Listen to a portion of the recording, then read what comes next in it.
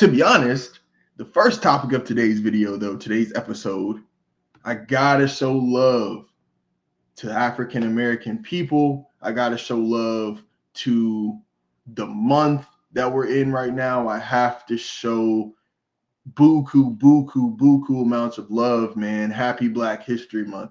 And I just feel like the best way to start this episode off is really just going through some African American history. Why not? I found a nice article on Oprah's website, and it just gives a lot of Black history, a lot of things that African American people were pivotal in that a lot of you guys might not know. And it just might be because you haven't been taught it.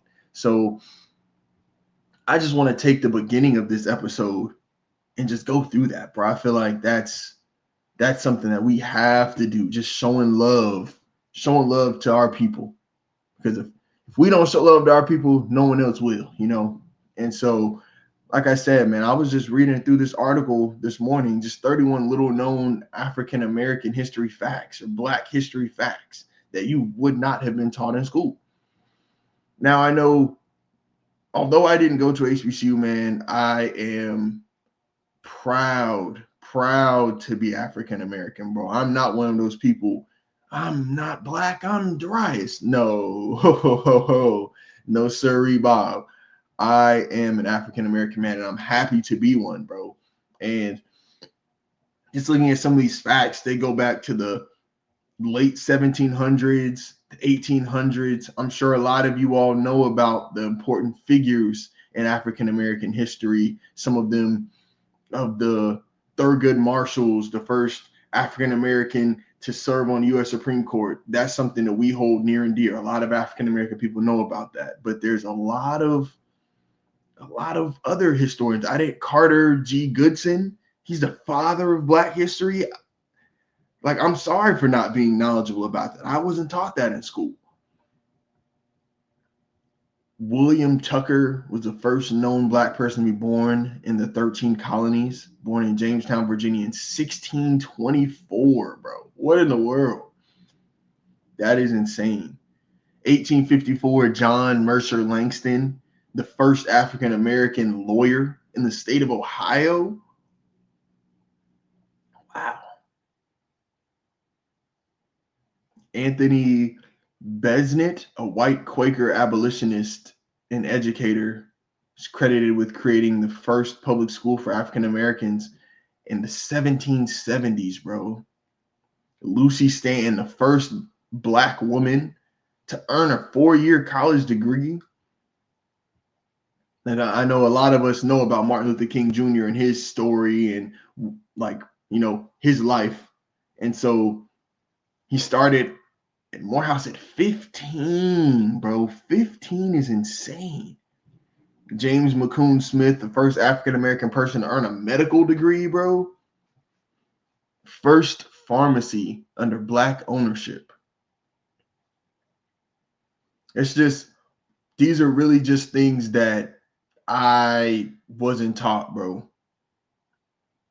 Hiram Rhodes Revels was sworn in as the first Black U.S. Senator in 1870, bro. 1870.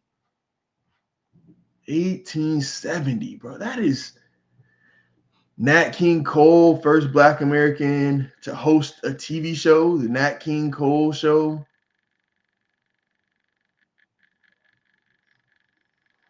Bryant Gumbel, the first Black person to host the network morning show. 1981, bro. 1981 was the first time a Black person hosted a network morning show, bro. Like, let's just, and I know, as I typically talk about sports, I talk about music, I talk about just what's going on in the world, I talk about jokes on this channel, but I feel like this month especially, bro, we have to have a serious conversation, have serious thought process about these dates, bro. We're in 2026, bro. 1981 was what, 45 years ago, bro?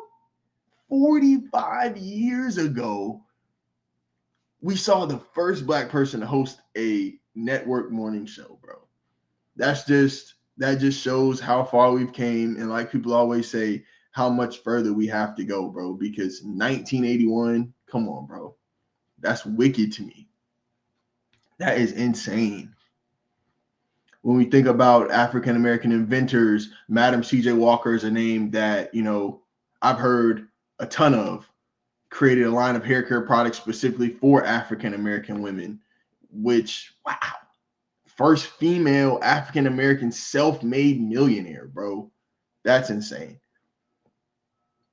George Carver, we know, creating over 500 products from peanuts, showing the peanut is a versatile thing. We're very familiar with him. And I mean, hey, we talk sports on this channel. So this is the perfect, section. Wilma Rudolph in 1960.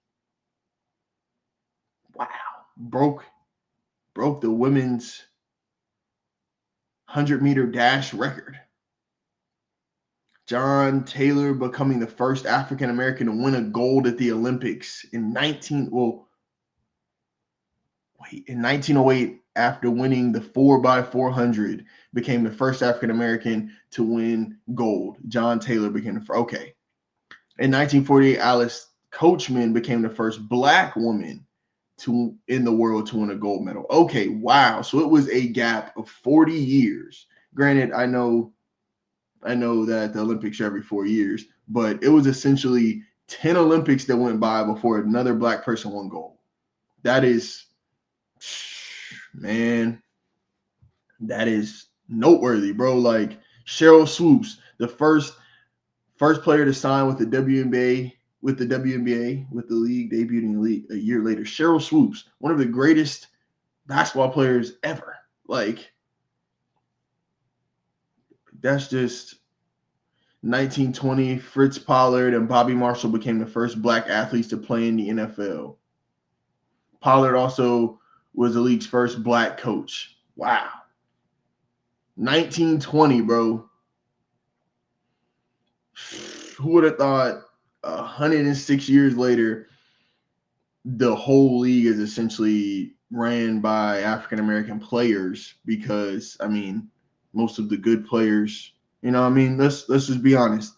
A lot of the teams are based off of African American players, and a lot of the better players are African American guys. I mean, there's guys like Puka and the Cooper Kupp. Sam Darnold just won the Super Bowl, but let's be honest. And I mean, Pollard being the first Black head coach, he paved the way for the guys we see today. Me and Aaron Glenn have had, but he wouldn't have that opportunity if it wasn't for Fritz Pollard. Like that's amazing, bro. That's amazing. The oldest Black female Greek organization, the AKAs. You gotta give love to the AKAs. Mom Dukes is a part of Delta Sigma Theta. So is little sis. My big bro is a Q. So we gotta give love to the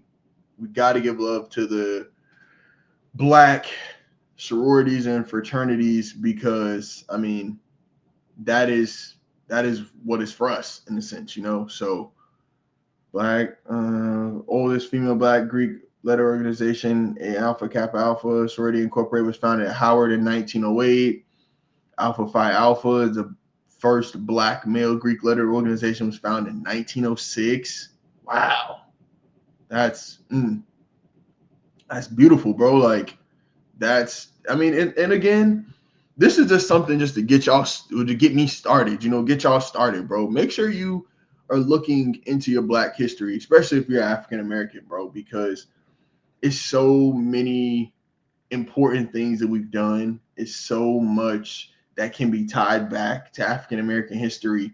And I mean, it's just not taught in school, bro. It's just not taught in school. And it's unfortunate. It's unfortunate that it's not taught in school, because, I mean, you would think teaching history would be teaching history, right?